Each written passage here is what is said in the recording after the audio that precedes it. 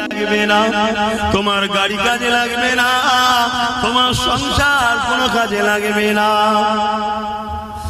এই যুবকেরা, তরুণেরা, হ্যাঁ ডাক্তার বানাও, উকিল বানাও, জজ বানাও, আমি বিরোধী করছি না, কিন্তু মনে রাখবে তোমার ডাক্তার ছেলে কিয়ামতের দিন নফসি নফসি করবে, তোমার জজ ছেলে কিয়ামতের দিন নফসি নফসি করবে, তোমার ভিআইপি ছেলে নফসি নফসি করবে।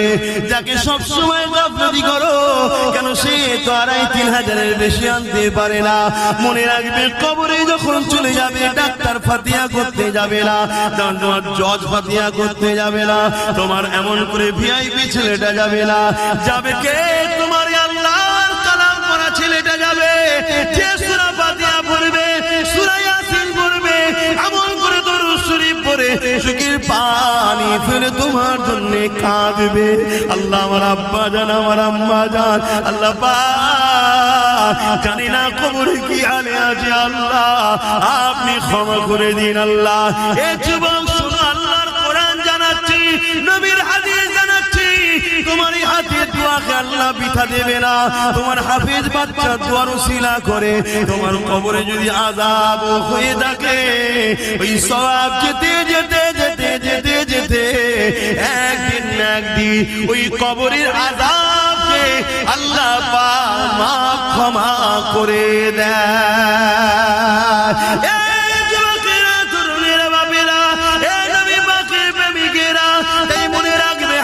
তৈরি করো, আলেম তৈরি করো, কেন কিয়ামতের দিনেতে এদের সাথে হাসর নাসর হবে। নবী আমার বুখারীর মধ্যে জানিয়ে দিলে, এই দুনিয়ার মানুষেরা দুনিয়ায় যে একে ভালোবাসবে সে তার সঙ্গে হাসর নাসর হবে। এই কোরআনকে মহব্বত করো, কোরআনকে পিয়ার করো। নিজে পড়তে তো আর পারলে না, কমসে কম একজন উপযুক্ত কাউকে তৈরি করো। সেটা যদি নিজের বাচ্চা হয় আর উত্তম, নিজের বাচ্চা যদি না পারো, অন্যের বাচ্চা হচ্ছে তো কি হয়েছে, সে তো আমারই নবীরই একটা উম্মতেরই সন্তান, আমারই একটা নবীর উম্মতেরই তো বাচ্চা। সে যদি কোরআনের হাফেজ হয়, তার সঙ্গে আমার রক্তের কোনো প্রয়োজন নাই, কেন রক্তের সম্পর্ক নিঃশ্বাস পর্যন্ত, ইমানের সম্পর্ক আল্লাহর জান্নাত পর্যন্ত। রক্তের সম্পর্কে ঝগড়া হয়, রক্তের সম্পর্কে লেনদেন মারপিট হয়, রক্তের সম্পর্কে জমি জায়গার ভাগ বন্টন হয়, রক্তের সম্পর্কে ফিতনা বাজার হয়, কিন্তু ইমানের সম্পর্কে কোনোদিন ঝগড়া হয় না, মারপিট হয় না। ইমানের সম্পর্কটা এমন সম্পর্ক, যদিও কোনো দিকে তোমার একটু খাদ হয়ে ধরা পড়ে যা, তোমার ইমানের সম্পর্কের ভাইটা কিয়ামতের দিনে তোমার হাতটা ধরে আল্লাহর জান্নাতে নিয়ে যাবে। আরো জোরে বলুন সুবহান। এই যুবকেরা, তরুণেরা, তাই আরেকটা কথা বলি শোনো, কিয়ামতের দিনে যখন আল্লাহ বিচারের দিন করবে, ওই দিনে কোরআনকে আল্লাহ সুন্দর করে সাজাবে। দুনিয়ায় যে ছাপা কোরআন রয়েছে, এটা নয়, লাউহে মাহফুজে যেটা রয়েছে, সেই লাউহে মাহফুজের মধ্যে যা লেখা আছে, ওই লেখা কিন্তু এই কোরআনের মধ্যেই রয়েছে। 27 বছর ধরে আমার নবীর উপরে একটার পর একটা বার, একটার পর একটা করে এইভাবে নবী পাক সাল্লাল্লাহু উপরে এসেছে। এই যুবকেরা, তরুণীরা, বাপেরা, কিন্তু এটা সেই কোরআনেরই অংশ ছাপা, কিন্তু অরিজিনাল যেটা লাউহে মাহফুজে রক্ষিত রয়েছে, ওইটাকে আল্লাহ সুন্দর করে সাজাবে, তাকে চলার ক্ষমতা দেবে, সে আল্লাহর আজিমে নিচে চলতে থাকবে। আল্লাহ পাক তাকে জিজ্ঞাসা করবে, আমার কালামুল্লাহ, আজ কি আপনি কিছু চাইবেন আমার কাছে? ওই সময় আল্লাহর কালাম কোরআন বলতে লাগবে, আল্লাহ দুনিয়ায় একজন লোক আমার বড় বিরোধী করেছিল, আবার একজন লোক আমাকে মহব্বত করে সিনার মধ্যে যত্ন করে রেখে দিয়েছিল, একজন লোক আমাকে মিটাবার জন্য মাদ্রাসাগুলোকে ব্যান করেছিল, আবার একজন লোক কাঠের পয়সা খরচ করে ওই মাদ্রাসাকে প্রতিষ্ঠিত করে ওখানে আপনার বান্দাদেরকে ভর্তি করে তাদেরকে কোরআন শিখিয়েছে, তারা সিনার মধ্যে রেখে দিয়েছিল। হে আল্লাহ, একদল লোক কোরআনকে মিটাতে চেয়েছিল, কোরআনের বিরুদ্ধে মিথ্যা বলেছিল, আবার একদল লোক কোরআনের পক্ষে আওয়াজ তুলেছিল। আলহামদুলিল্লাহ, আমি মনে করি কোরআন সেদিন আমার বিষয়েও বলবে। আল্লাহ আব্বাস আমার পক্ষে আওয়াজ তুলেছিল, যারা কোরআন মিটাতে চেয়েছিল তাদেরকে মানবরূপী পশু বলেছি। আল্লাহ কোরআনের পক্ষে দাঁড়িয়ে আমাকে পিয়ার করে আব্বাস কথা বলেছিল। এই বলাতে আব্বাসের অনেক দুশমন বেড়েছিল। আব্বাস কোরআনকে ভালোবেসে আওয়াজ তুলেছিল। আজকে আপনার কালাম কালামুল্লাহ আমি আপনার কাছে আশা রাখি, যেদিন যারা কোরআনকে পিয়ার করেছে, কোরআনকে মুহাব্বত করেছে, কোরআনের মজলিস করেছে, কোরআনিয়া প্রতিষ্ঠান তৈরি করতে চেয়েছে, আল্লাহ তাদেরকে আজকে আমি জান্নাতে দেখতে চাই। আমার আল্লাহ কালামুল্লাহ নিজের কথাকে খুশি করার জন্য, কালামুল্লাহ মানে আল্লাহ নিজের কথা, নিজের কথাকে সম্মানিত দিবার জন্য আল্লাহ তাদেরকে জান্নাতে দিয়ে দেবে। কোন দিক দিয়ে যাদের সঙ্গে কোরআনের প্রেম ভালোবাসা ছিল, আরো জোরে বলুন সুবহান।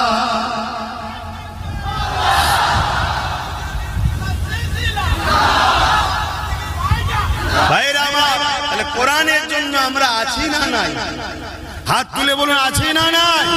আজ তো একদল লোক কোরআনকে পিটাবার জন্য উঠে পড়ে লেগেছে। আমরা কোরআনের পক্ষে দাঁড়াতে আছি না নাই? আজ আমি হাফেজ হওয়ার বয়স নাই, আপনাদের হাফেজ হওয়ার বয়স নেই, কিন্তু আমাদের নিউ জেনারেশন গুলোকে হাফেজ সাহেব কোরআনের মুখস্থ করা, কোরআনের প্রেমিক বানাবার দরকার আছে না নাই? হাত তুলে সাক্ষী দেন আল্লাহ আমরা কোরআনের পক্ষে। সবাই বলুন আল্লাহ আমরা কোরআনের পক্ষে। নারায়ে তাকবীর, নারায়ে তাকবীর। কোরআন শরীফ, কোরআন শরীফ, কোরআনিয়া মাদ্রাসা, কোরআনিয়া মাদ্রাসা, নারায়ে তাকবীর। মিডিয়া খুলে দেখুন, একের পর এক চতুর্দিকে একটাই কথা বলতে লেগেছে, ইসলাম এই করে, ইসলাম ওই করে, ইসলাম এই বলে, কোরআন কি করে, কোরআন ওই করে, কোরআন সেই করে, কোরআনকে ব্যান করো, ইসলামকে ব্যান করো, রাসূলুল্লাহর বিরুদ্ধে কথা, আল্লাহর বিরুদ্ধে কথা, মসজিদের বিরুদ্ধে কথা, মসজিদগুলোকে ভেঙে দাও, মাদ্রাসার মধ্যে নাকি সন্ত্রাসী শিক্ষা দেওয়া হয়। এই মেসেজ সমাজের মধ্যে চলছে না চলে না? আওয়াজ দেবে, এগুলো কি ঠিক বলছে না? এই যে মেসেজ গুলো যারা ছড়াচ্ছে কি সত্যবাদী?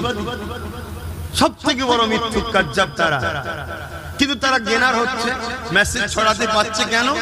আমাদের সমাজেরই বড় একটা যুব সমাজ না বুঝে হোক আর লোভে পড়ে হোক বা ইসলাম থেকে দূরে সরে যে হোক চুপ করে আছে, বা তাদেরই পিছনে হই হই করে ঘুরে বেড়ায় আছে না? না, এই ঘরটা তৈরি হলে এখান থেকে কি মেসেজ দেওয়া হবে? কোরআন মানুষ বানায়, জোরে বলুন সুবহানাল্লাহ। এখান থেকে কি মেসেজ দেওয়া হবে? মানব প্রেমের, দেশ প্রেমের, ইনসাফের, ইনসানিয়াতের, সাম্যের। এটা ইসলাম, এখানে ইসলাম শেখানো হবে। আজকে যারা ইসলামের জন্য মানুষের খোদা হতে পারছে না, তারা কখনো চাইবে মাদ্রাসাটা গড়ে উঠুক? মা তাদেরই হাতের পুতুল হয়ে আমার কওমের যারা নাচছে, তারা কি চাইবে মাদ্রাসাটা হোক? আমি বড় অনুরোধ করছি, আগে যে কোনো বিষয়কে জানুন। আপনি ইসলামের দাবি করলে শুধু হয় না, আল্লাহ আপনাকে সৃষ্টি করেছে, কেন করেছে জানবেন না? কি জন্য বানালো? দুনিয়া জমিনে তুমি যাও, হাত দিয়েছি গরিবকে লোটো, এতিমকে লোটো, হারাম ইনকাম করো, যা খুশি করবে তাই না? আল্লাহ দুটো হাত দিয়েছে কেন জানবেন না? দুটো পা দিয়েছে কেন জানবেন না? আপনাকে আল্লাহ কুকুর না বানিয়ে, গরু ছাগল গাধা না বানিয়ে আশরাফুল মখলুকাত কেন করলো জানবেন না? বাপেরা, নওজোয়ান তরুণেরা, এই জানাটা আপনি কোন কলেজ, স্কুল, ভার্সিটিতে পাবেন না। আপনি ডাক্তার হতে পারবেন, আপনি ইঞ্জিনিয়ার হতে পারবেন, আপনি জজ হতে পারবেন, আপনি পুলিশ হতে পারবেন, আপনি বড় বড় পলিটিক্যাল সায়েন্স পড়ে রাজনীতিবিদ হতে পারবেন, কিন্তু আপনার উত্তম আখলাক, উত্তম চরিত্র ওখান থেকে পাবেন না। যে জন্য আল্লাহ সৃষ্টি করেছে, উত্তম আদর্শওয়ালা মানুষ হতে গেলে ওই শিক্ষা না খেয়ে কোরআনের শিক্ষা নিতে হবে। কেননা দুনিয়া জমিনে কোরআন এমন একটা কিতাব, জালিকাল কিতাব লা রাইবা ফি, এর মধ্যে ভুল তো দূরের কথা, এর মধ্যে কোনো সন্দেহ নাই। আপনি জানেন কি জানি না, পৃথিবীর বুকে কয়েক মিলিয়ন বিলিয়ন কোটি ডলার টাকা খরচ করে করে প্রতি বছরে কোরআন রিসার্চ করতে চলেছে। দুই কারণে রিসার্চ হতে লেগেছে, এক কোরআনের ভুলবার করার জন্য, আর এক কারণটা হলো কোরআনের মধ্যে জমিনের তলার গোপন রহস্য রয়েছে, কোরআনের মধ্যে প্লেন আবিষ্কারের রহস্য রয়েছে, কোরআনের মধ্যে সায়েন্স রয়েছে, ম্যাথমেটিক্স রয়েছে, কোরআনের মধ্যে দর্শন রয়েছে, ফিলোসফি রয়েছে, কোরআনের মধ্যে আপনি টেকনিক্যাল বিজনেস সবকিছু রয়েছে। এই কোরআন থেকে বিশ্ব গবেষণা করে তারা আসমানে চলে যাচ্ছে, চাঁদে চলে যাচ্ছে, সেই জন্য তারা রিসার্চ করতে লেগেছে। আর এক কারণে রিসার্চ হতে লেগেছে, এই কোরআন মানুষকে হিদায়াতের রাস্তা দেখায়, সত্যের রাস্তা দেখায়। এই মানুষের খোদা যারা হতে চাইছে, যারা কোরআনকে মিথ্যা প্রমাণ করতে পারলে, তাহলে দুনিয়া জমিনে কোরআনকে কেসের মাধ্যমে বন্ধ করে দেবে। কিন্তু আল্লাহ শুকরিয়া আদায় করে বলি, ১,৫০০ বছর ধরে দুনিয়ার হাজারো জালিম চেষ্টা করছে, হাজারো মানবরূপী পশু চেষ্টা করছে, তারা চেষ্টা করে করে করে করে কেউ কেউ স্বীকার করে নিয়েছে এই কোরআনের মধ্যে ভুল তো দূরের কথা, এই কোরআনের মধ্যে কোনো ভুল তো নাই। ভুল একটা পেয়েছি রিসার্চ করতে গিয়ে, ওটা আমার মধ্যে, আমি কোরআনকে এখনো না মেনে আছি, এটাই ভুল। তাই তারা দলে দলে ঈমানের কালেমা পড়ে মুসলমান হয়ে যাচ্ছে। আরো জোরে বলুন সুবহান।